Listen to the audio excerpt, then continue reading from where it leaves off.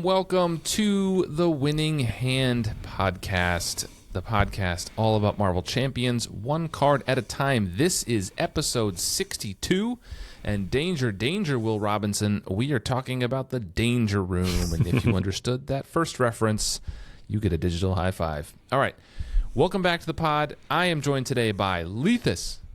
Hey, how's it going? How's it going, Lethus? Excited about the card today. All right. And Lazy Titan, what's up, man? How's it going? I don't know who Will Robinson is. Yeah, it's before your time. It's honestly before my time, too, but we'll see. We have an absolutely jam-packed episode today. We have to acknowledge that what is coming up very soon is the Con of Heroes, so we're going to be talking about that today. We're going to be going through a content creator recommendation, as always, and then we're going to talk about the card of the day, which is Danger Room, which came in the Cyclops pack, and our guy Lethus is going to give us a little background comics lore on the Danger Room, so you're going to want to stay tuned for that. Or not. It gets weird. It gets so weird if you're not familiar with this. All right, well, listeners, I will put timestamps down below so you can skip that. Just kidding. You should listen, otherwise you'll hurt his feelings. Okay, let's jump into the content creator recommendation of the day. We have been doing this for a while now. We like to shout out other content creators. I don't have a huge megaphone. I'm not the biggest YouTuber or podcaster in the Marvel Champion space. However, whatever we do have, I'd like to shine it on people who are doing some cool content and deserve to be shouted out. It's hard to be a content creator. It's hard to be out there when you're not getting a lot of views.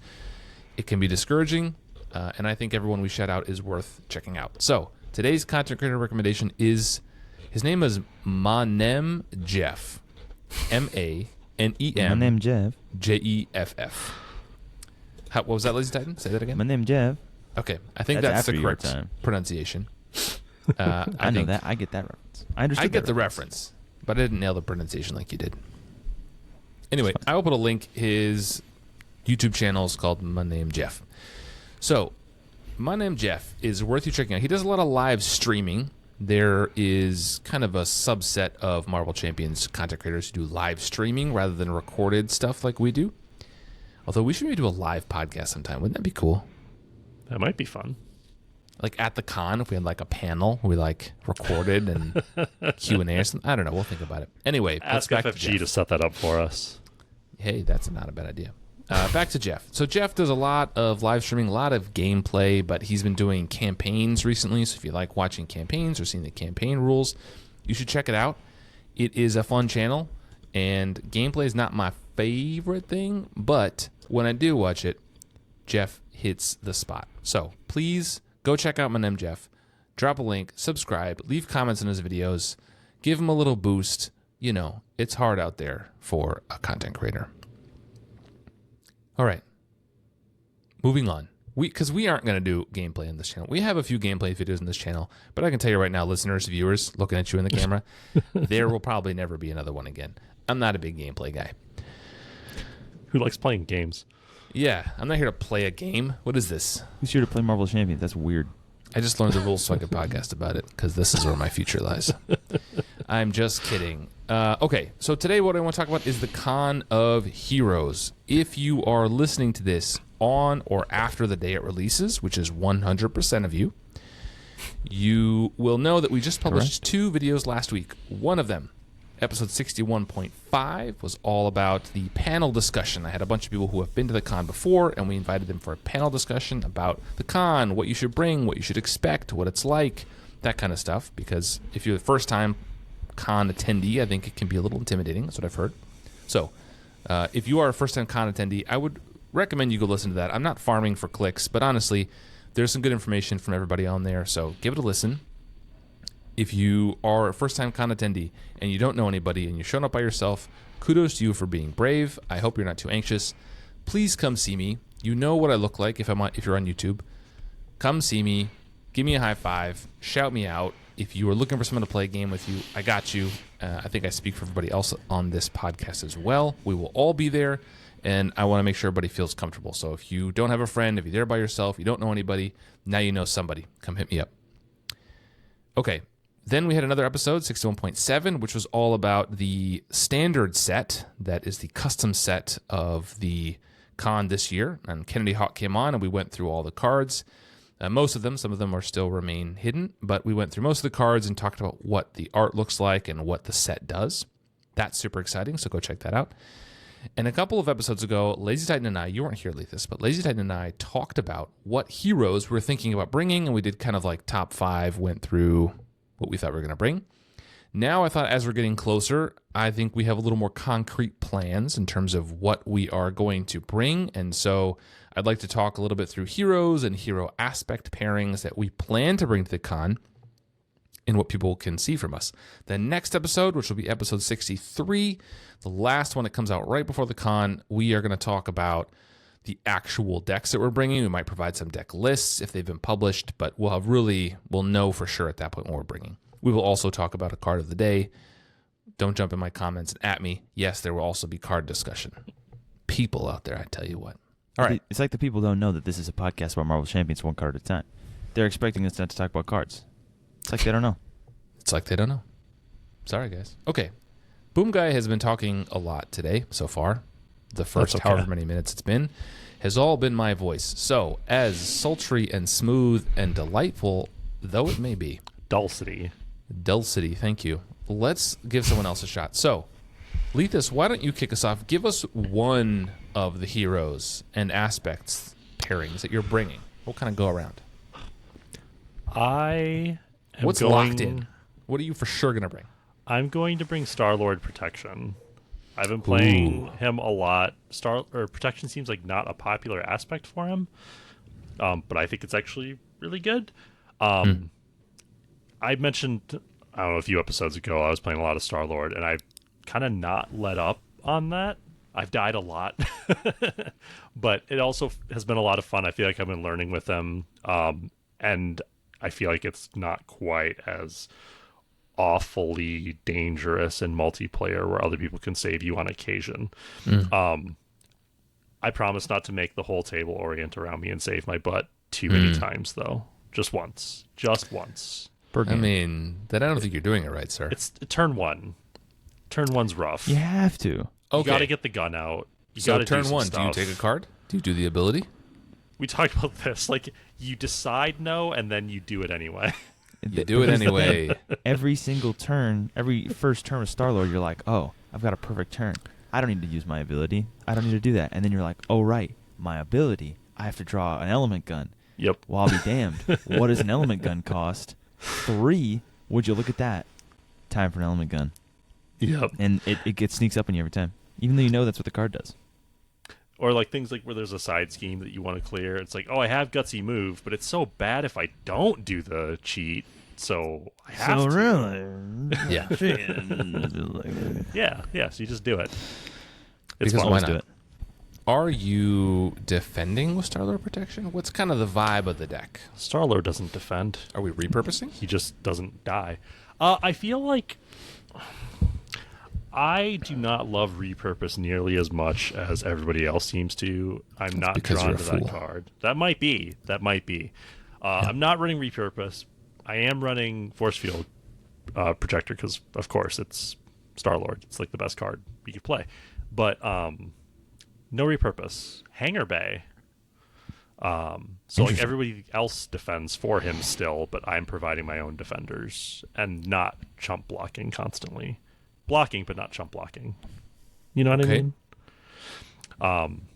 So yeah, shouldn't need other people to defend for me too much. Should still be able to defend for other people. But Star-Lord himself doesn't defend. He just doesn't take damage, is the idea. I'm, in real time, listeners, looking through how many repurpose decks there are with Star-Lord. It's more than one. There are 4 of them. It's been a while. But you know what? More than one is not correct. a terrible idea. Because the force field generator, the biggest issue with them is that it costs how much? 3. Exactly 3. It costs the magic 3. number. Say 3 it home, everybody. is the magic number. You're listening along at home. Everybody repeat after me. Now you can get force field generator out at no cost. Literally 0 cost. Mm-hmm. No downside. Money. No downside. No downside. Free money. And then you can repurpose it. That honestly, that makes me want to try Star-Lord repurpose because that's so good. Anyway, okay. Well, he has daring escape for extra readies, so like you can really hit the gas with it if you want to. And what doesn't kill me? Ever vigilant because he gets aerial. Come on. You can bring your. How are you not doing this? Constant ready protection deck because I'm not that crazy. Can you imagine just repurposing? You're not that wise. And then daring escape to ready yourself and drawing into a sliding shot. Kaboom! Star-Lord is not wise. Okay, so Star-Lord genius. just goes. It's wisdom with style. Lazy Titan, why don't you give me one of yours? What is a stone cold lock, sir, for you to bring to the Con of Heroes 2025 in Minneapolis, Minnesota in May? Stone cold lock. I'm gonna go my list most likely to most least surprising to most surprising. Just give us one first. We'll go number around. one, Drax. Injustice. That's right? it. I would say Justice. What are we talking about? Disgusting. Get this nonsense. Stop slandering my name. Now we're bringing Drax in. Everybody's favorite, green protection. The man is green. He must remain so. It's gonna be awesome. Okay. So it is the kind of classic pre-con style, right? Oh, yeah. Just readying, like we were just talking slapping. about, ready myself over and over and over and over again. It's hit people really hard. Do it again. Do it again. Do it again. I mean, there's not much more to say about it. You have talked about Drax many times, Drax Protection At length. over the He years. got his own episode. It's your favorite deck. It's your favorite. Is he still your Absolutely. favorite hero? I don't know if he's my favorite hero, but that build is probably still my favorite build in the game. That specific build. I don't know if Drax maybe was like in terms of like favorite overall hero. I don't know if he really ever took that spot, but as most fun deck to play, that's always been it since it came out. But I think he's not. I don't like experiment with him really ever or try him in other aspects. I bring him to the con once a year because if I play him at other times, I just win. So. I think it's interesting that the Red King has two favorite decks. They are both green. Yeah, it's because as I've said before, aggression's a mindset. It's a mindset. It's not a. It's not a about color. The cards we play. It's an mind. idea to bring together a group of remarkable people, and that's really what aggression's about. And a group Lazy of remarkable Titan. people, I mean, no allies. Have you ever played Swift Retribution? Swift Retribution. Is that the Justice card? It's a Justice card, but like it is like aggression as a mindset in Justice. It's a crazy card. It's not very good, but It's like bait and switch, but in Justice, right? Yeah, it's like bait and switch with Yeah. Villain bad. schemes, you do damage. but bad. Yeah, it's villains. It costs 1 villain schemes, You and do 5 you damage? do 4 damage? 4 damage. 4 damage. Yeah, it's Imagine not if bait and switch was great. terrible. Yeah, no, I've never played that because in the few times that I debase myself by leaning into Justice, I would like to do the Justice thing in the way that it was intended to do damage and not So to play bad cards. Drax Protection. Last question I'll ask you about this deck. Mm-hmm. Taunt or no taunt? Ooh.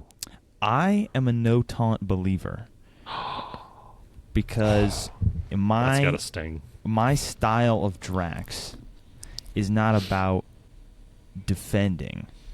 It's just pure aggression. So taunt does draw you cards, but you're not getting any value from being attacked. Your health is kind You of draw your more resource. cards, You right? have to draw more cards, but that's just like you're not getting any extra value. And on the taunt episode, I mentioned that if you can get more value out of the taunt than just what the card says, it becomes very good. I mean, Since I'm not really getting anything out of that other than maybe an extra card or like a vengeance counter. and retaliate. Yeah. Retaliate? 1 is fine. I usually don't even play that knife unless I have spare resources because it's just not super useful. The knife I'm or not the a other taunt knife? believer because you already have Fight Me Coward, inarguably the best name card in the game. So you already are getting attacked plenty, and Fight Me Coward has its value because you're drawing multiple cards and then it's free and it's a ready, which is the most important thing. So I'm not a taunt believer in Drax. Okay. You could definitely make it work, but I intend to never turn sideways to defend. So I don't want to risk it. I understand that. That's reasonable. Okay. I will give you my first Stone Cold lock, and it might surprise some people. And I'm going to cheat a little bit. But it's my podcast. I can do whatever I want. It's Iceman. Iceman is coming to the con. He is rocketing up the charts for me. I said he was my favorite of the year at our year-end recap. He continues to go up for me. I keep playing Iceman. I love him in every aspect. Yes, that includes pool. And I have 3 different decks that I think he may come in. I may just bring him and have like cards I can slap in and swap him out aspects. I have a deck I'm looking at. I'm kind of looking off to the side here because I have my deck lists. He might come in pink. That is Tropical Slushy. That's the name of that deck. We also have the Indomitable Iceman in green, and we have Ice Day for a Con, and it's in blue. So we have 3 different decks. He is coming.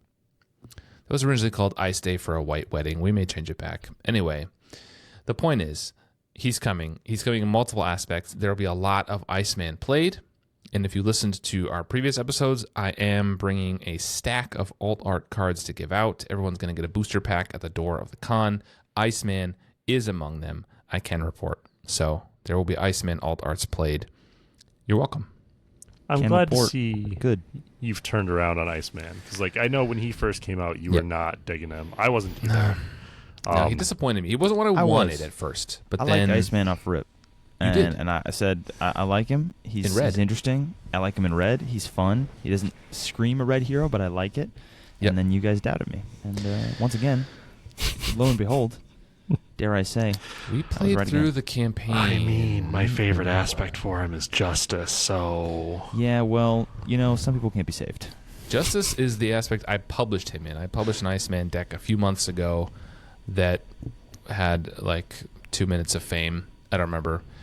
But that it was really fun. Justice actually is what turned me around on him. That's what finally got it to click with me.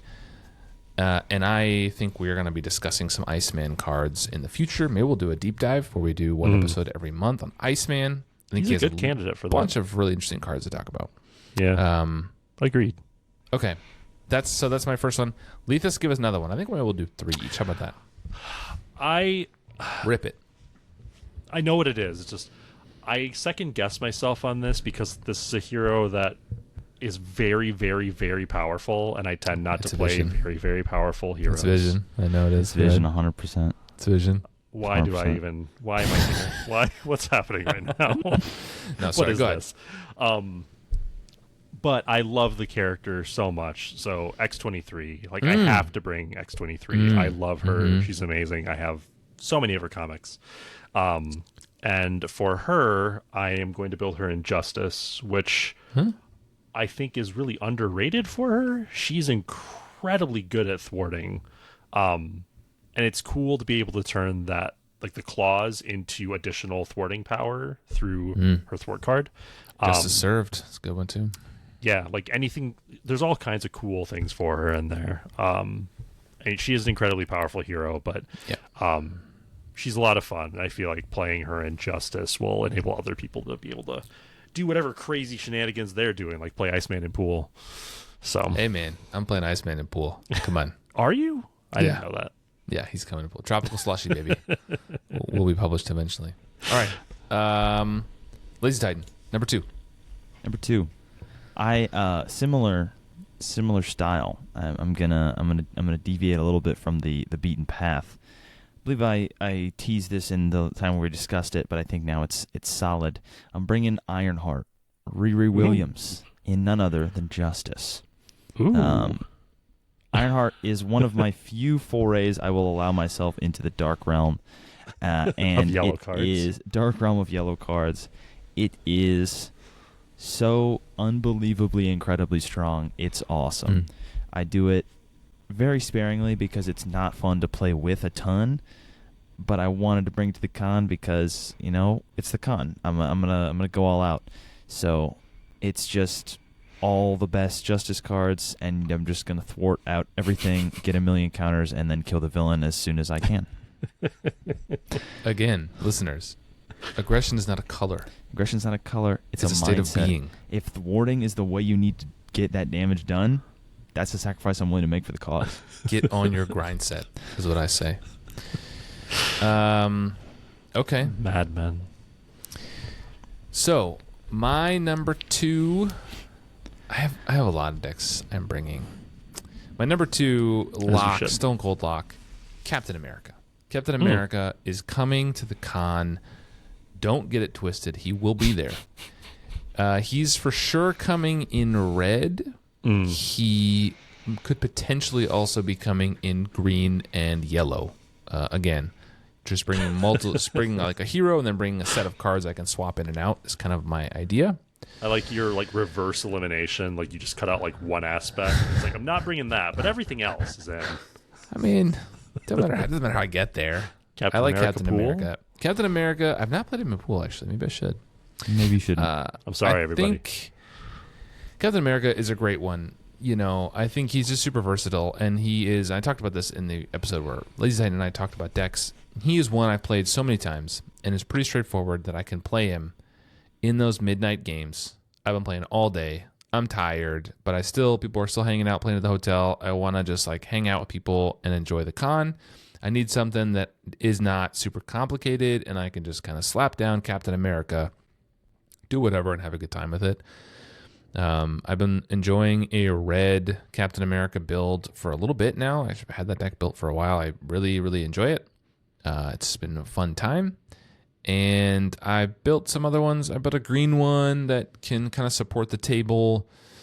It has maximum number of cards you can give out to other people. So endurance, crew quarters, just like passing that stuff out. Downtime if I need it. Muster courage to pass out tough cards. Second wind to pass out healing. Really just to keep the whole table alive, basically defend for myself, and then everybody can kind of do their own thing. No one has to turn sideways to defend. Everyone will be healthy.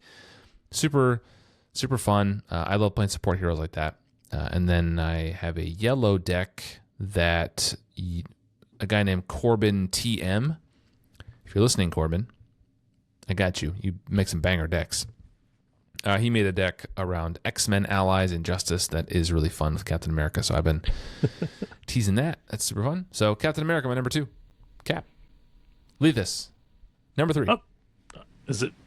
Oh, it is back to me. Oh, crap. That's okay. It's a circle. I got it. Yeah, but I can't tell. Shapes are hard. Okay. To balance out X-23, I'm going to bring Valkyrie Aggression. Oh, God. So I published a deck a while ago that I called Nibelung Lesti. Bonus points if you get the reference. I'm going to bring Put that it in the comments if you get it. Yeah, seriously. I'll be... Yeah. So Valkyrie Aggression. So obviously not a powerhouse character. But she actually is a lot of fun. And I feel like in multiplayer where like you don't instantly thread out and there's more likely to be minions on the table for her to knock them down immediately so she gets a chance to shine is a really fun scenario. Like she just gets to kill everything so efficiently. It's a lot of fun. I like the deck. Check it out if you haven't. We can put it in the show notes again. Yeah, that's fine. Do that. Put it down below. Yeah, it's a good one. Lazy Titan. Tell me it's not Valkyrie, because I don't even know what to say to that. No, I know. Oh God, no. Me myself personally, as me as a guy, I've thrown a couple curveballs here. We've talked a lot about how red is a mindset. Aggression's a mindset. It's not the color you built on. But sometimes there's a reason there's the classics, and so my final deck will be an aggression. But I'm doing a bit of a switch up. See, I have never actually played this hero. I've not gotten the chance to play this hero in my life, and I'm going to bring it to the con, and the first time I ever play this hero and this deck will be at the Con of Heroes, and that is Nicholas J. Fury, the greatest spy alive. That's what I'm doing. Respect. As soon as the Nick pack got spoiled, I'm sure like the rest of you respectable gentlemen out there and gentle ladies saw that it says increase damage by 1. It's a great set of words that means good things for all us red players. So I'm going to try and absolutely abuse that to its limits and use some of those cool Nick Fury cards, and also you can provide a little bit of utility with some thwarting. It's got some interesting events, also preparations, which are fun in a different way than Black Widow. Luckily, just a very interesting looking hero. Luckily, you can't be a complete degenerate and play Dive Bomb because he doesn't have aerial. He's just a spy. So if that only one he had a flying car. A flying car, you say? I know, a flying car. He does have a flying car. That's complete nonsense, and I love it. It is amazing nonsense. It's classic art is spy movie amazing. garbage. Very love cool it. art. Also, his eye patch is really cool art. Yes. Very cool set. I'm very impressed with it. His So, yeah, watch Nick generates Fury, mental resources for home based technique? on your threat. It's perfect. He generates up to 2 mental resources in a turn if you need your home technique out. It's a great hero. Yep. I'm excited to play it, and if it's bad, well, It's all right. because it is. It's on won't the be rest bad. of you to handle it. It won't be bad. Yep.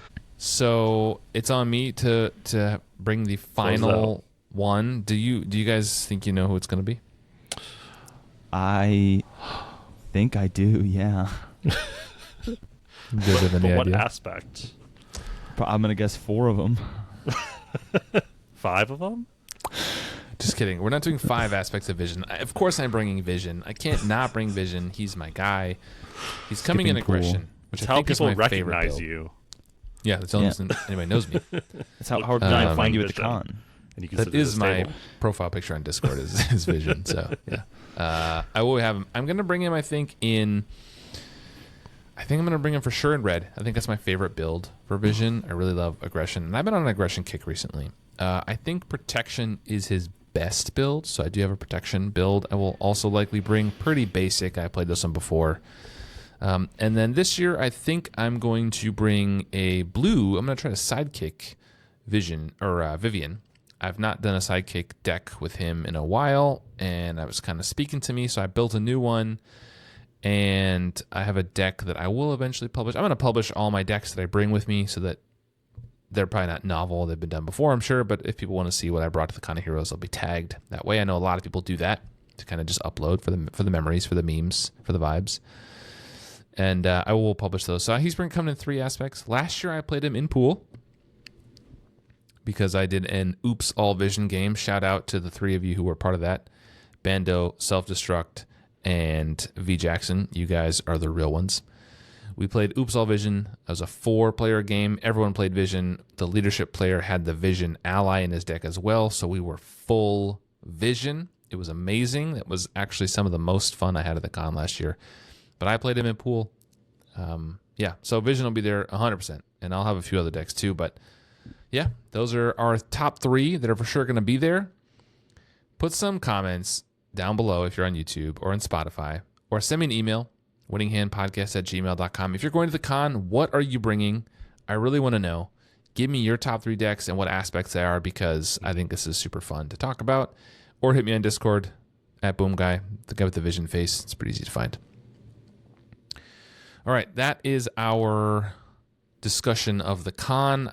Again, next time we'll talk more specifically. We'll have deck lists to share and show all that off. But that's kind of where we're at. Last thing I'll say about decks, I've been on a musical kick recently. So I've been naming all my decks like musical things. Yeah. So I built a... Can't even get through it. Listeners, I built a Rocket repurpose deck, which was all about... It's Rocket repurpose. It's pretty basic. But it used the new ally, Leo Fitz, I think is his name, right? Support. Is that right? Oh, he's a support. But Sorry, yes. support. Yes. And he fetches a tech. That spices that deck up, or it adds more consistency to get the tech into your hand. But then I was thinking, well, what about I call this deck, So this is... No one thinks this is funny. I called it Putting on the Fitz. And if you get that reference, that is an old-timey reference of a song called Putting on the Ritz. And it's about... dressing up fancy. Anyway, this is complete nonsense. We're probably going to cut this, so we've totally devolved. No, it has to stay in. Has to stay in there. All right. Once you say we're probably going to cut this, it has to stay in the episode.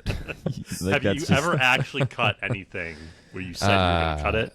I have sometimes, but now that we said this, we can't cut it. We're going to leave it. All right. The Attaboy. card of the day, Danger Room. Somebody read this damn card, and let's talk about some history. Since you're going to be talking about history, Lazy Titan, why don't you read this card? Because I have to listen to Leithus' voice a lot now, because he's going to be telling us the history. So, Very Lazy Titan, sorry. would you mind reading this card for us? Danger Room is a 2-cost basic support. It is unique. It has the location and X-Men traits. It is a alter ego response. After an X-Men ally enters play, exhaust Danger Room, search your deck and discard pile for a training upgrade, and attach it to that ally. Any player whose alter ego has the mutant trait may trigger this ability. It provides a energy resource when spent and came in the Cyclops pack. It did come in the Cyclops pack. Can I just say, I'm realizing just now in this moment that not once have I ever actually looked at the art on this card. I didn't know this was what it... Like, I'm like, oh, there's some people there. I didn't know there were people there. I mean, luckily for you, I know a podcast that talks about the art on Marvel Champions cards. And if I'll that's leave a not link, a segue, link I don't down know below. what is.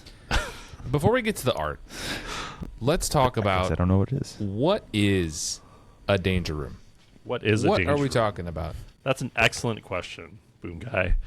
A danger Thank you. room is a room that started Wow. out more dangerous than it became, but not as dangerous as it would eventually end up being. So the danger room... The real danger is the friends we make along the way. The real danger ahead. is trying to figure out Well, what that means. You're not far off. So the Danger Room debuted in the very first issue of the X-Men in 1963. It was not named until the following issue, but it was there from the very beginning.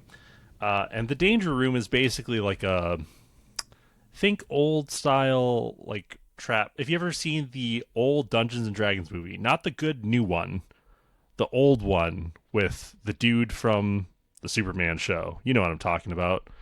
It's really do bad. not. Don't watch it. Okay. But if you I will have not. seen it, and there's traps in there, it's like that. There's like swinging blades and flamethrowers and So it's like like spikes Indiana Jones. and yeah, kind of. Okay. It's like dangerous obstacle course, basically. That's what it started out as.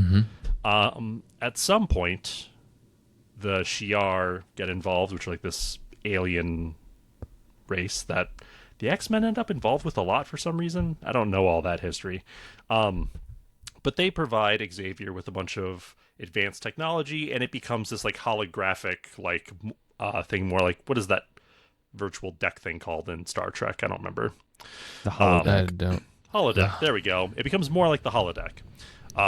And so instead of being a bunch of physical traps and obstacles and things, it can create holograms of whatever they want it to, basically. And uses hard light technology so they actually can impact the participants in the training room, so things can actually hurt, so you're compelled to actually try. And yeah, it stays like that for a long time. And that is where my previous knowledge of the Danger Room ended. And I would be happy to stop right here. Boomguy, you could put a timestamp in to skip this part if somebody wants to maintain their innocence. Okay. So Boomguy I like where said, this is going.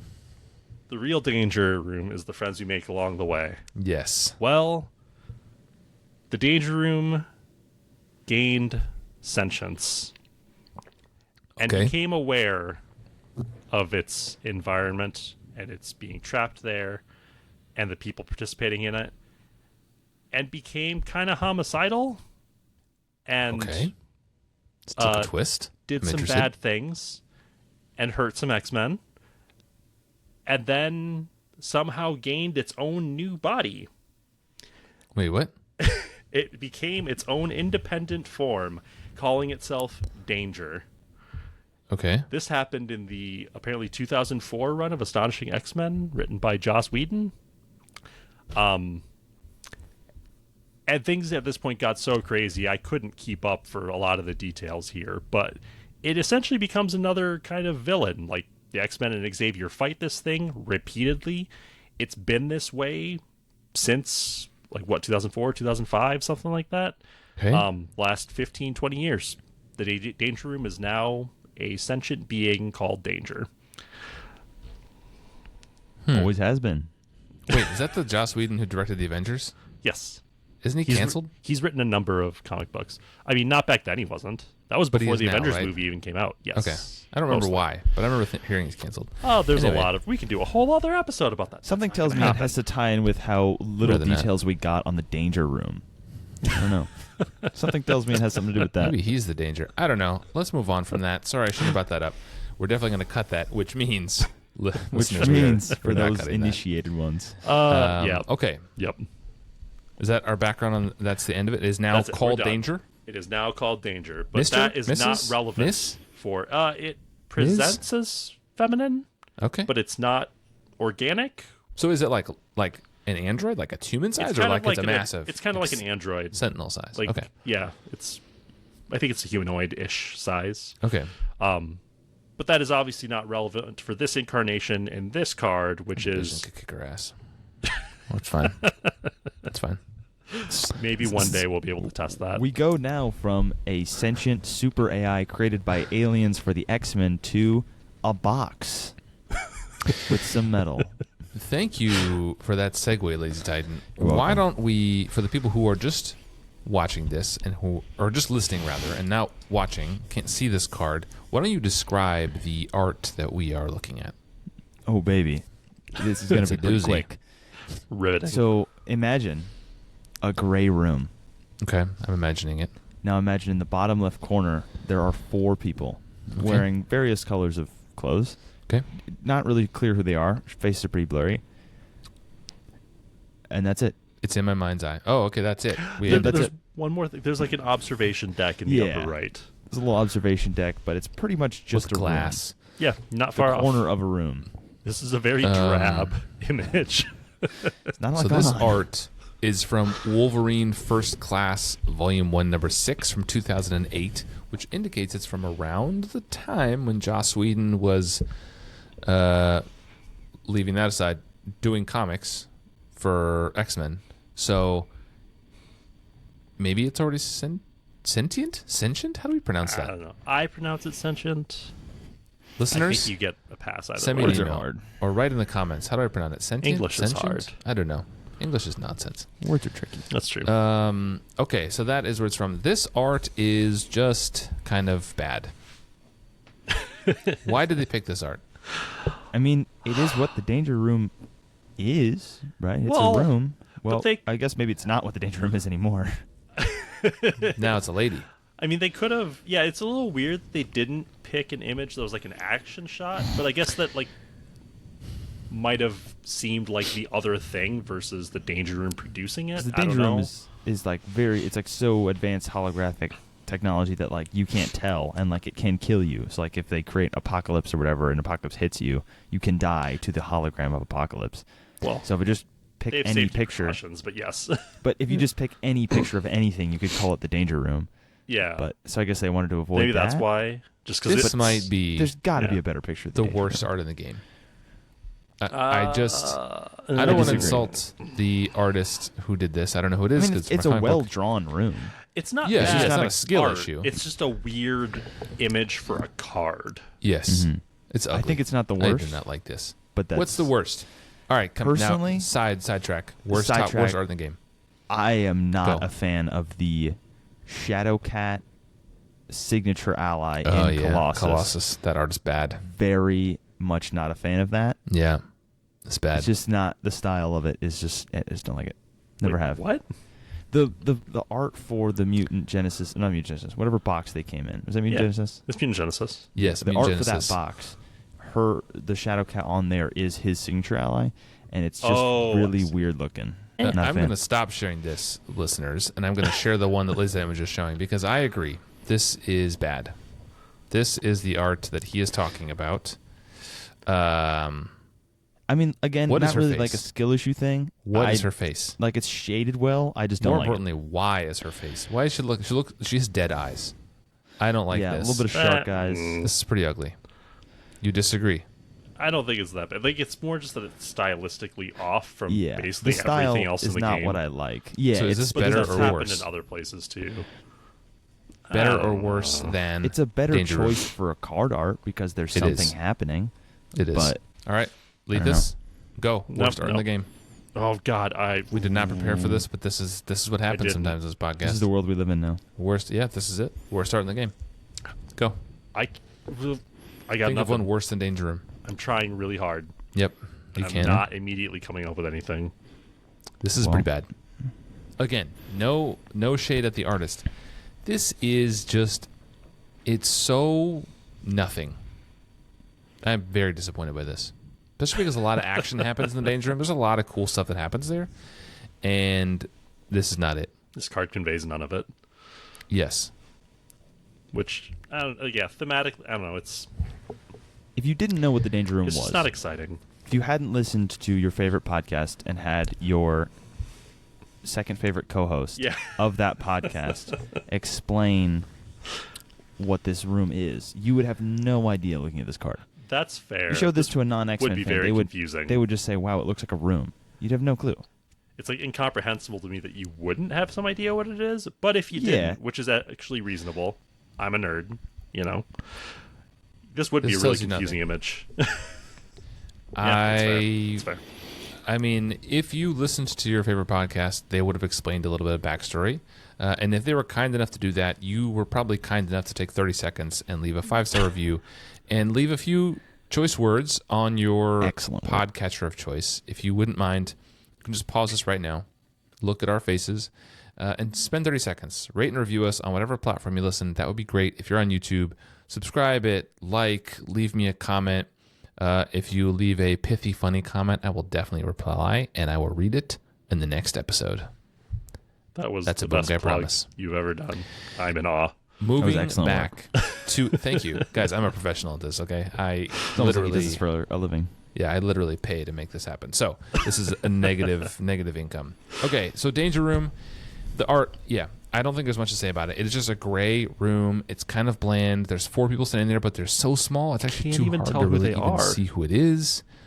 I don't like this. I think this is a bad choice, and this is a bad choice in Boomguy's opinion. Yeah, I just think, and it sits on the table too. It's one of those that you play out and sits there, and you have to look at it the rest of the game. Like, man, we could have done a little better on this. Come on, I will say one up for this art is that when you have a lot of upgrades, as you kind of generally do in an X-Men game, it's really easy to stack this behind something else because you don't need to look at it. True. Okay, we need to get to the theme because I have some things to say. Luckily, it's my podcast, and I can transition us to the next category whenever I want, which is now. Do it. Let's go. The theme. So I like the theme. I get why mechanically it has to be an alter ego response. It's probably too good if it's a hero response. My issue with some of these X-Men things is that there are a whole bunch of them. You're encouraged to kind of run a suite of them, right? If you want to run Cerebro, and you want to have Danger Room, and you want to have Utopia, and you want to have the X-Jet, you want to have all these things. Fine. I feel like too many of them don't interact with the X-Force wave, which feels weird. As someone who doesn't entirely know the difference still, why Angel can't use the Danger Room. I mean, he can use the Danger Room, but he's not an X-Men, right? He can't. I don't know. Am I wrong? With Children of the Atom, that kind of solves that problem a little bit. It's just another upgrade you got to play out, though. It's a lot of upgrades. It's another upgrade. It's weird. The X-Force got like 2 things and a whole wave, but your question is why X-Force can't use this, like, or why this doesn't trigger off of playing X-Force allies? It's a good question. Why? What is my question? My question is, first of all, there's too many X-Men things I feel like, and they feel so insulated. Like they're their own thing to such a degree that I don't think any other trait has. And like that cuts even to some of the characters that I would think are X-Men and can use this, like Angel. And he can, again, this is, anybody can use this. This is just play an X-Men ally. You don't have to be an X-Men. No, you don't have to be a mutant. Yeah, you do. No. To trigger this for anyone else to trigger this. To actually make use of it? Anyone else can yourself? Use it. Yeah, no, sure, but who does you that? can use this. This is in my Captain America Justice Allies X-Men deck because he can play it, and when he plays an X-Men ally, you put a training upgrade on. The last sentence is just if anybody else wants to trigger it. Which, has that does ever not come require up? you to trigger it. That has never occurred to me before. I think I just blew your mind. Yes, you do not have to be an X-Men or a mutant of any kind to play this card or to use this card, but if anybody else wants to use it, I might have to turn in my rules lawyer license. Yeah. I think you've been disbarred. It's a shameful day for me. I think you have been disbarred of rules lawyering, but that's okay. So, again, this doesn't go to my larger point, but my larger point is about the X-Men stuff. It feels like there's too much of it, and it's all really inward-facing, and it encourages you to, like, only do X-Men stuff with X-Men. Am I wrong? I don't think you're wrong. I think that could be like interpret it as like part of the theme of the X-Men, right? Is like part of the thing is that everyone else doesn't really like them, so they got to keep to their own. But doesn't make a great game. So do you typically, for me, if I'm playing like an X-Men hero, I pick one thing from like kind of the X-Men suite that I'm going to use in that deck. So like if I'm using Danger Room, I'm not using Utopia. Okay. If I'm really relying on, I might use like X-Gene and something else. But yeah, like I want to pick a thing and make that work really well. I don't think of the suite of X-Men supports as being something that you run together. I think of it as something where you pick one. I don't think that's true. But that's for me. That's why I'm saying like the. But I don't even think for you, if you're honest with yourself, this has anti-synergy with Utopia, right? These don't really work together. They're a little exclusive mutually. But X-Jet works with this. Cerebro works really well with this. X-Mansion works really well with this. But I don't... As does the X-Men thing of flipping down a lot. They all like flipping down. Playing all those things together. But, I don't know. We're getting into like my proclivities with deck building versus yours, and that's... No, I'm not saying I do it either, but I'm saying that when you build it, I feel like you're encouraged to put all those things in, right? If you want to run, like you're running your X-Men and you want to play Mutant Education to cycle all your awesome signature events back in, or you want to play Mutant, what's the other one? X-Men Instruction. X-Men Instruction, thank you, to cycle all your X-Men allies back in. Dope.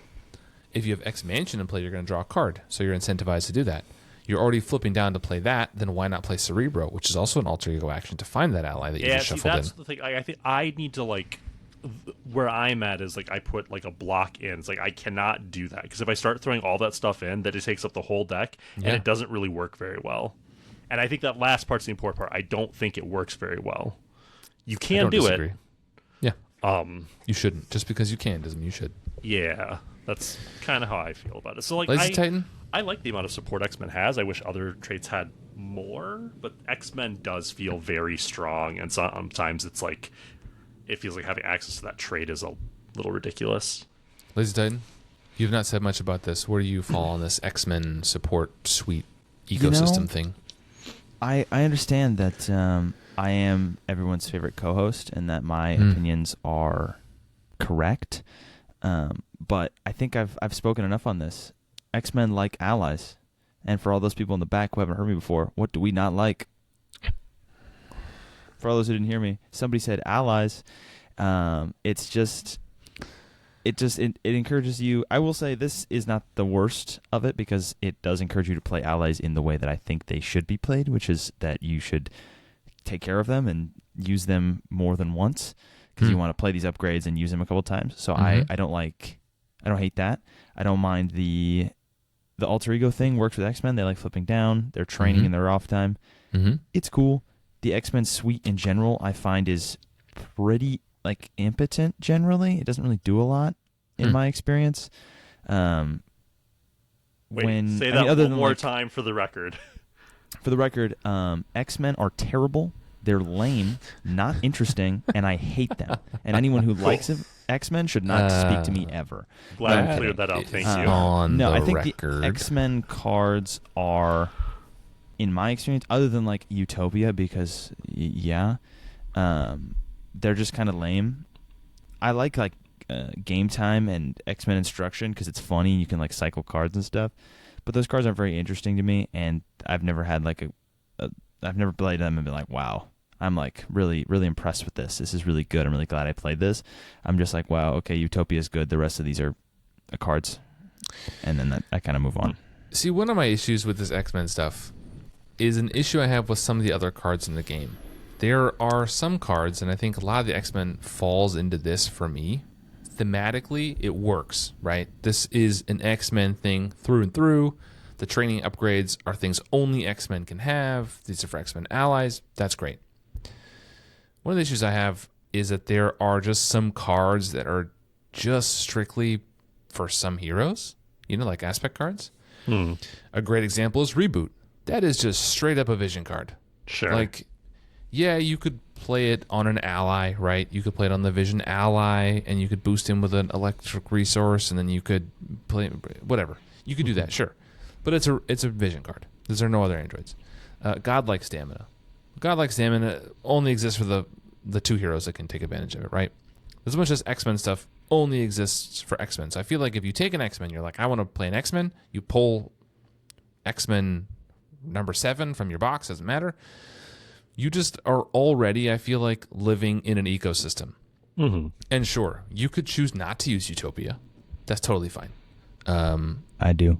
You could choose not to use the X-Jet. That's fine. You could choose not to use all these other cards.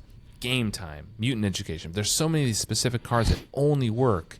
Like, Game Time would be an interesting card if it worked for other Biddy who had an upgrade, right? But it's only for X-Men with a training upgrade, and it draws X-Men card. Like, I don't know. Sometimes they feel... I'm going on a bit of a rant here, but at first when the X-Men came out, I thought it was really cool that they had these things that they could take advantage of across the table, right? The X-Jet. Oh, cool. You're not going to use it? I can use it this turn. It's almost like a helicarrier, but it's a little bit of an inside joke. It's an X-Men thing, Cool. But now I started to find that a little boring for me for deck building because they're so insulated in their own little world. It's like Mario Kart is great, but I can only use Mario Kart if I have a Switch. You know what I mean? Right? Yeah, I mean, I get what you're saying. I don't entirely agree, but like the general sentiment is how I was feeling. So like we had 3 back-to-back waves of mutants. Yeah. And I was definitely feeling it by like the end of the next evolution wave. It's like, and they're not X-Men, but they're still mutants and there's still a lot of overlap there. And it's like, man, it's been like a year and a half of every deck I build having Utopia or Danger Room because they're just the cards that feel like they should go with these heroes kind of thing. Like, I get that. Because Mutant Education's cool. Like, I would like that card for other heroes, right? Like, you cycle some of your events back in. That's fun. I would be upset if that card were actually usable for anybody else, though. Like, that... Why? It would be good for Iron Man, sure, but, like, it would be kind of degenerate. Like, it's just too... I get what you mean. They at least limited how applicable any of these cards can be by restricting them to the trait, which lessens the likelihood that there ends up being some crazy broken combo or thing that they have to deal with later, which is not... That does not negate the point you're making, to be clear. But I think that's part of why they did it this way. And I do like that there's a lot of X-Men support. One of the things you touched on a minute ago is the experience of living through the living card game in real time, right? Mm-hmm. You touched on there's 3 waves of mutants in a row. I got kind of sick of it. I think that is a very unique experience, and that is the way maybe the living card game model is meant to be enjoyed, right? But if you didn't do that, if you say you were walking through the store one day and you saw Agents of S.H.I.E.L.D. and you were like, this game looks sick, I'm going to go buy everything, do you think you still have that same experience? Are you still going to open all the X-Men stuff and be like, man, there's a lot of X-Men stuff in here, like, that's kind of too much? I don't Or think is this so. specific to us because we lived through 3 years of like, man, I'm tired of X-Men? I think it is kind of specific to us. Okay. Like, we have so much of the card pool in our heads all the time. When if you're coming into this game brand new and like just opening up everything, there is so much content. There are so many cards that it's really easy to feel overwhelmed, and you don't immediately make the connections like, oh, this goes with this or whatever. Like for us, when Mutant Genesis came out, so did Cyclops and Phoenix, and there was a training card in each aspect to go along with Danger Room, which we're going to talk about more later. So it was really obvious to all of us, like, here's the new stuff, here's all the things that go with it, this all makes sense. Mm-hmm.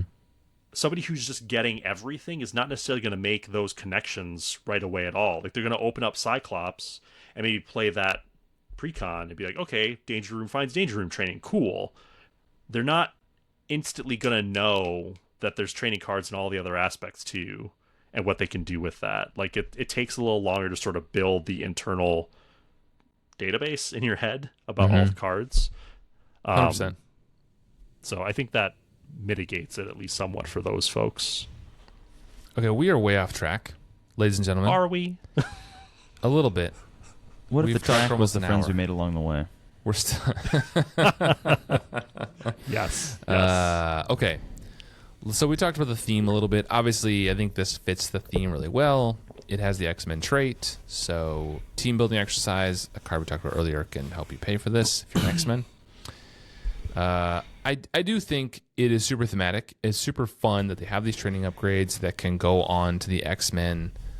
You know, I think it's kind of fun that anybody who's mutant can trigger this. So if you flip down and someone else has this out, you could play it. I think that's cool. I think this fits the theme really well. So as much crap as I gave this card for the art being terrible, the theming like just hits. I think this is a cool thing to have.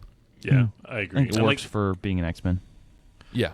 I wish it maybe did something else. Like the training upgrades means that you are running this is a 4-card suite, right? You have to run this and the training upgrades and enough allies to make it worth it. I think right there this card starts to kind of bog down, and that's where we get into the power, which is our next category.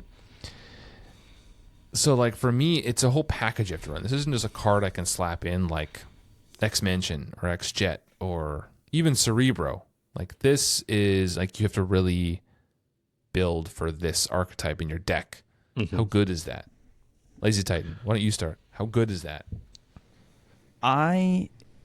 From what I understand about the way that there are these things called allies, so yes, you have to from think about it. From what I've understood about the experiences I've heard from the people who play this kind of I don't want to say trash, but I'll say garbage.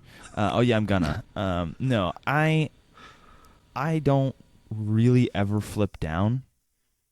That's just kind of how I play the game. I generally flip down if I have less than 3 health, or it's the first turn of the game. It's usually when I flip my hero, and otherwise I stay exactly where I'm at. That's just a personal preference thing. I don't know why that's why I decided to play the game, but that's just always how I've done it. So this card is effectively blank for most of the game for me because it says alter ego response, and I don't care. So unless I'm playing Gambit, which is one of the few heroes I will flip with because that's kind of his whole shtick, it doesn't really do a lot for me. Also, it says allies on it, so there's like 3 words on this card that make it not say anything. But I think if you were gonna play like Cyclops or Colossus or one of those heroes that flips down a lot and enjoyed that, I think it's cool. And the training upgrades are actually pretty good. Yeah, in a lot of aspects, they're actually pretty strong. So it lets you, and if I'm not mistaken, I might be mistaken. Never mind. But it lets you, there's in all the different aspects, they all improve exactly what you think they would. And I think the leadership one is just -1 everything. Consequential against allies. It's +1, and more hit points. It's just everything is better. It's just because it's leadership. So it's leadership. So instead of having like a balanced approach, it's just better than everything else. As you know, good stuff. Not epic quite, game design. It is. It's better than everything else. It only gives 1 hit point. The other ones all give more. But it gives +1/+1 and a hit point. Yeah, but that's just good. Yeah, because allies are used for How's that not the best points. one? Lethus, my man. Really? If I have an ally with 2 attack and 2 hit points, they're going to swing for 4. If I give it +1 attack and +1 hit point, it's going to swing for 9. Yep. If I give it +1 attack and +2 hit points, it's going to swing for 12. I don't like that we're lying on this podcast. If you have an ally with 2 hit points and 2 attack, that thing's going to attack for 2. And you're going to throw it in front of the first bus that comes your way. Let's not lie. Kid Omega.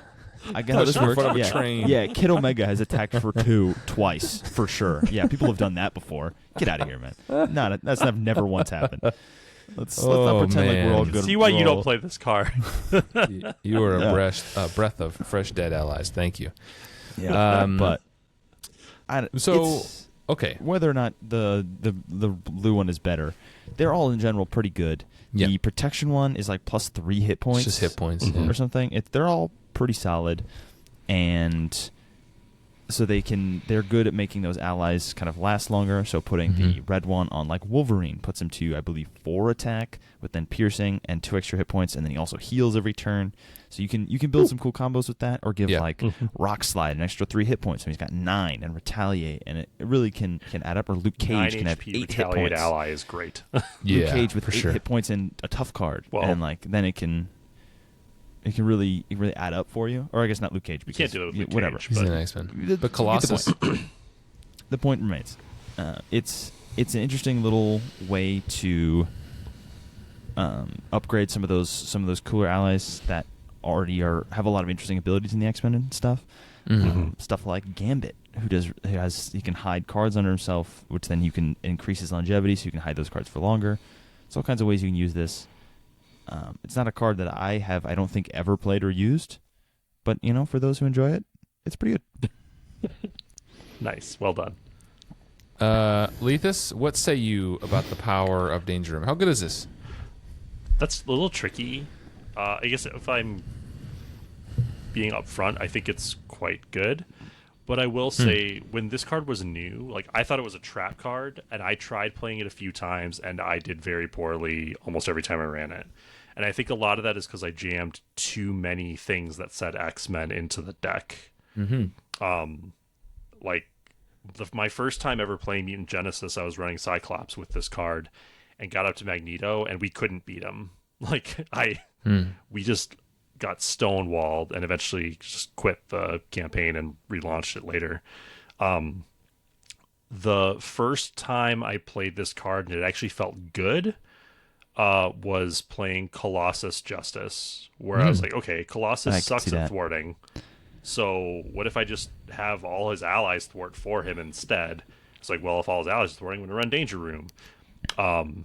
And you can sort of game things with playing armor up when you flip down. So you can flip down to play an ally to get the training from Danger Room, and then use armor up to flip up, so they'll never cards anyway. Yeah, it's really good. And that deck felt really good. Like, Colossus is, again, not a great thwarter, and it was the first time I played him, and I was like, I have all the threat under control. Oh, a side scheme popped up, just tap a couple allies and it's gone. Like, it felt really good. That example is just a quick side note, is a very interesting divergent experiment in how we think about the game, because I thought, wow, this card's really cool in Colossus. I usually like to play Colossus in Justice because it provides a lot of value. So that means I could boost my allies thwarting. Guess I won't play it. And you were like, oh no, we can do this with allies. And I was just like, well, guess there's nothing I can do about that. It'd be a shame if it couldn't boost the stat that mattered. But this card says thwart on it. I don't think I'm going to read it anymore.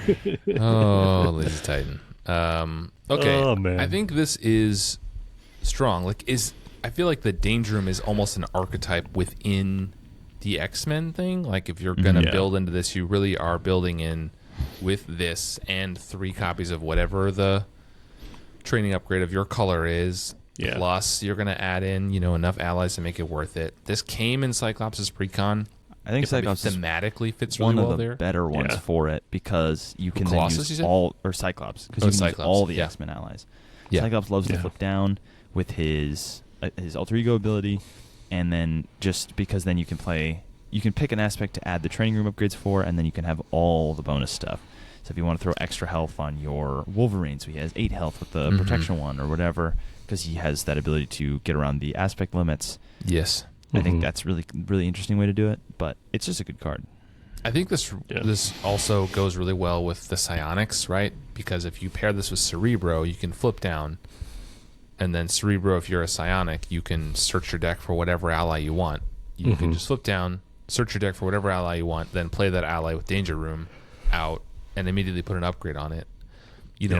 Other ones can, Cyclops can run it if he has another ally out that's psionic, because you just have to control a psionic character. But those pair really well together, and I think that's what I was talking about earlier. That becomes the danger then. You're like, oh, we have Danger Room. Well, guess what? Cerebro works really well with this, and the training upgrades, and before you know it, you're running 6 or 7 card packages, and then allies, and then pretty soon it's like, oh, my entire deck is taken up with this little combo I have, which, it's a bunch of allies, so it's probably one of the stronger combos in the game, but you might get bored of it after a while. I think there is a need to exercise some restraint with X-Men to avoid just throwing every card that says X-Men into the deck, because it's not that the individual effects are bad, it's that your deck ends up being really inconsistent and samey. Well, yeah, that too, when you're doing it with for every hero. So then how fun is this? How fun is Danger Room? I think it's really fun. Okay. I don't think it goes in every deck. I don't think every X-Men hero leverages this equally. Okay. I like using this on the heroes who don't have an inherent, who don't have many inherent cards in their kit for long-term power. So like Rogue is an example. She has the jacket and that's it. Everything else she has is events. So if I want any kind of like longer-term turn-over-turn power, this is a go-to card for me for her. But somebody like, Cyclops. That's maybe not a great example. Who's a good one? I don't know. I'm blanking right now. Iceman's not great with this, I don't think. I like it for Iceman. Wolverine.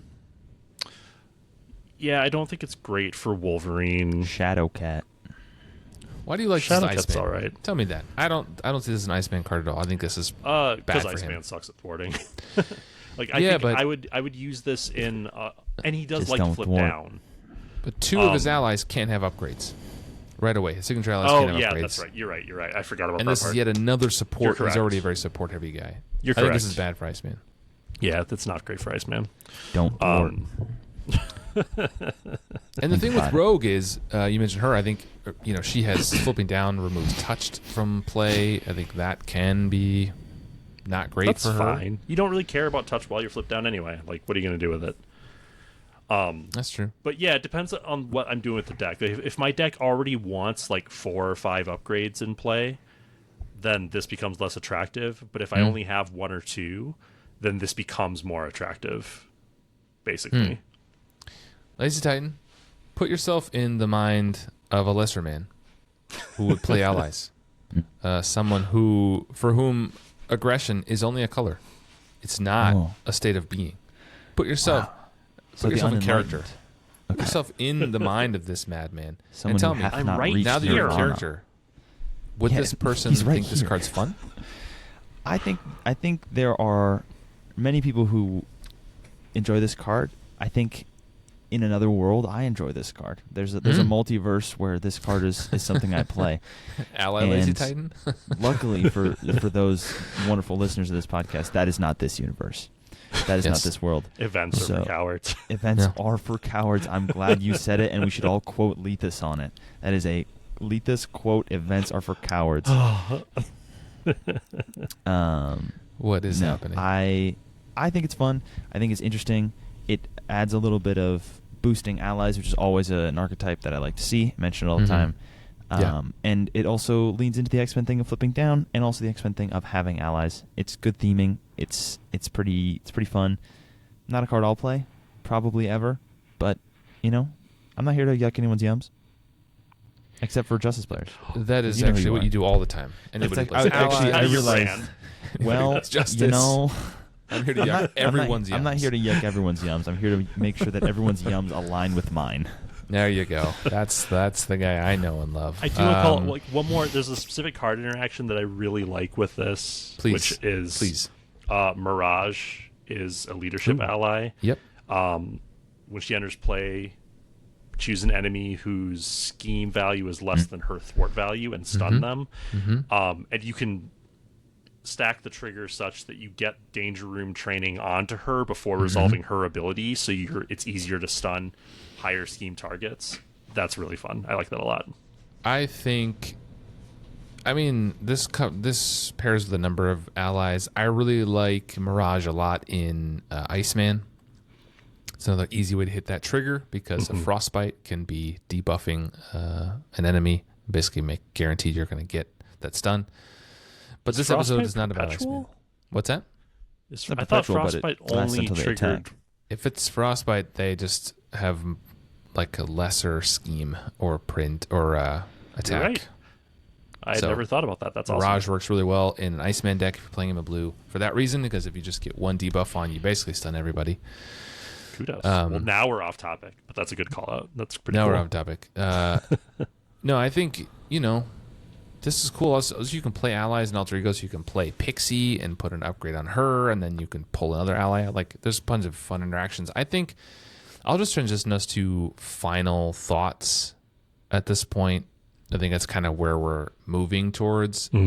I don't think The fun category is maybe the hardest one for us because some of these cards aren't super fun. Like putting Danger Room down on the table doesn't feel great because it doesn't do anything, but it's fun to see that interaction over time. I think I do really like the theming on this card a lot. I think they really made it feel as much as they could with thin pieces of cardboard that you're like in the Danger Room, right? As much as I know about it from the cartoon 30 years ago. Like you're in there, you're trying on stuff, you're training, and then you get a training upgrade that makes you a little bit better at whatever thing you're doing. That's cool. I like that. I really dislike this art. For me, this art is a huge detractor. And I don't say that a lot. There's art I like, there's art I don't like, but this just, it is so, it honestly, I cannot understand why this art was chosen. Like, that's where I get with this. I just don't understand how someone was like, I have an art brief for Danger Room. Please provide me 2 blank walls and tiny little people in the corner. Like, honestly, it's beyond the pale. I don't want to sound too critical because everybody at Fantasy Flight is really working hard to make an awesome game. But this just baffles me. Like, this is a decision that I just do not understand. This art is bad. It's gray. Basic is already gray. So the whole card is just like, looks like it's from East Germany. And, it is what it is. So enough about the art. I've said enough about that already. But the theming is great. I think the power is appropriate. I think you do have to run it in a package, so there is some setup involved. It takes up multiple card slots. You do have to do some planning. You have to get to be an alter ego and have the X-Men in your hand and all that kind of stuff. It works. You have to have it. It comes out of your deck and discard pile, so that's cool. So if you have an ally out that gets killed, you can just flip down and put it on another one. That's interesting. And the fact that anybody can take advantage of if they're mutant is cool. So if your buddy's playing a X-Men deck and she plays an ally, then this can go on that ally too. So that's cool. So overall, I think the fun is decent. The power is strong. The theme is very strong, and the art is not to be mentioned again. Overall, I'm going to give this a 5 in our scale of 1 to 10, 5 being right in the middle.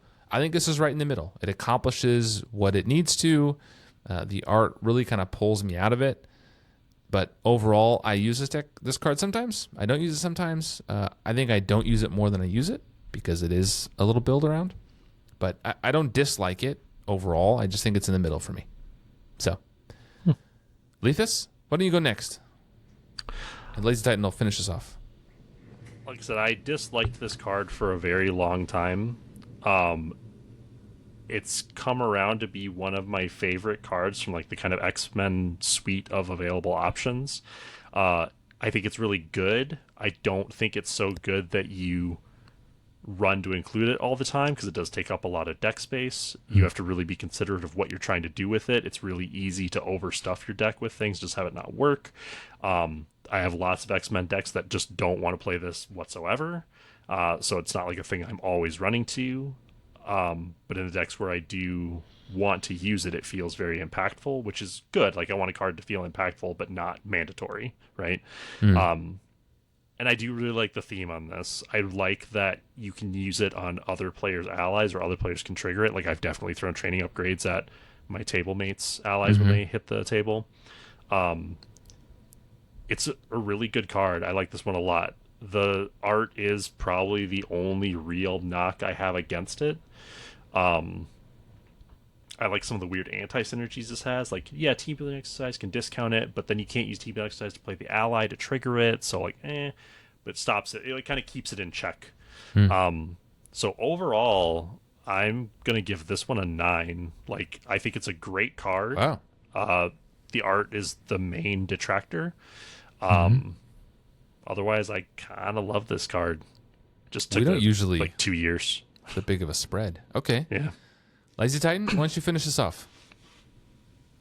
I feel about this card very much the same as Boomguy does. I will say it being a package of cards doesn't detract as much for me, specifically because it lets you search out most of the package. So while you do have to find Danger Room first, if you can find it, you don't have to actually have the other cards in your hand. You don't need 3 or 4 cards in your hand to pull off a combo. You just need to draw an X-Men ally at any point, and then you can flip down if you want to. So it's not super hard to pull off. It's interesting. It provides a couple of combos that I'm sure you could do. I haven't thought of every combination of every ally. But at baseline, right, you just play Angel for 2, and he's got 3 attack, and that's pretty good. It's just not bad. It gets a little more value out of your allies, which is good for allies. They're quite good. But it's not a card I have ever played or probably ever will. It's for a number of reasons previously mentioned. The art is really not there for me. It's just kind of a gray box on a gray box with a bunch of gray boxes on it. Just not a lot of interest there. But I think overall I give it a 6. It's a little bit better than average just because it is kind of a cool idea. And being able to trigger by any player could actually be a really cool way to play. Like if you had like a group of people who wanted to play all X-Men, that could actually matter quite a bit. And then you're getting a lot of mileage out of this Danger Room. But it's a little bit, that's even more of a build around. So if you just pull up to a local game group with knowing nobody, you're not going to get that pulled off. But it's a cool line of text. I'm glad that line of text is there, even if it never matters. It's cooler to have it than not use it than to not have it and want it. One thing I need to ask the rules lawyers that just occurred to me, it says search your deck and discard pile, so the person who controls Danger Room is the one whose deck is searched, correct? No, the person who's activating it searches their deck. Yeah, it's whoever triggers the ability. Your is so always you could kind all of put the trading upgrades into your decks without this. Oh, okay. Yes, so you'd have to do that. That's pretty... You can plan ahead. That's nifty. Plan It ahead. lets you do some really fun things, like if you're an alter ego and your friend is in hero form playing X-Men Protection, and they play Mutant Protectors to like flash Rock Slide in, you can still attach the training upgrade to him. Like, that's really cool. Because you don't have to have played the X-Men ally.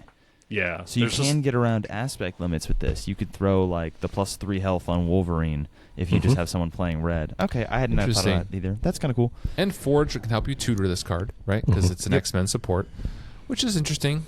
Yeah, I don't know if that moves the needle for me, but maybe there's more interactions, I think, in a multiplayer game. I think I kind of stay right in the middle on it. Not good or bad, just kind of neutral. That's fair. Okay, well, those are our final thoughts. We have a bit of a spread there. Lethus is the outlier, which is always interesting. I feel like we generally tend to clump up our final ratings. But next episode, we will talk about a card, but we will we'll talk about what we're bringing to the con. That's the last episode right before the con, a couple weeks away. So this means the con is like 3 weeks out, y'all. It's coming up real quick. I know. Very excited. I hope to see everybody there. If you have never been to the con before, you are in for a treat. Please come say hi to me, even if you have been before. I'm going to see a lot of friends that I talk to all the time online that I've seen at every con, but I'm super excited to meet new people and play games with a lot of you. So I hope it's going to be super fun. But that is it for the Waiting Hand podcast today. Thank you for listening. Go check out the content creator that we linked down below, my name Jeff. He needs the love. He deserves the love. And please go check him out. But anyway, it is rough out there. The world is a rough place. Please be nice to each other. And I'll see you all next time. Bye, everybody. Peace out. Y'all have a good one.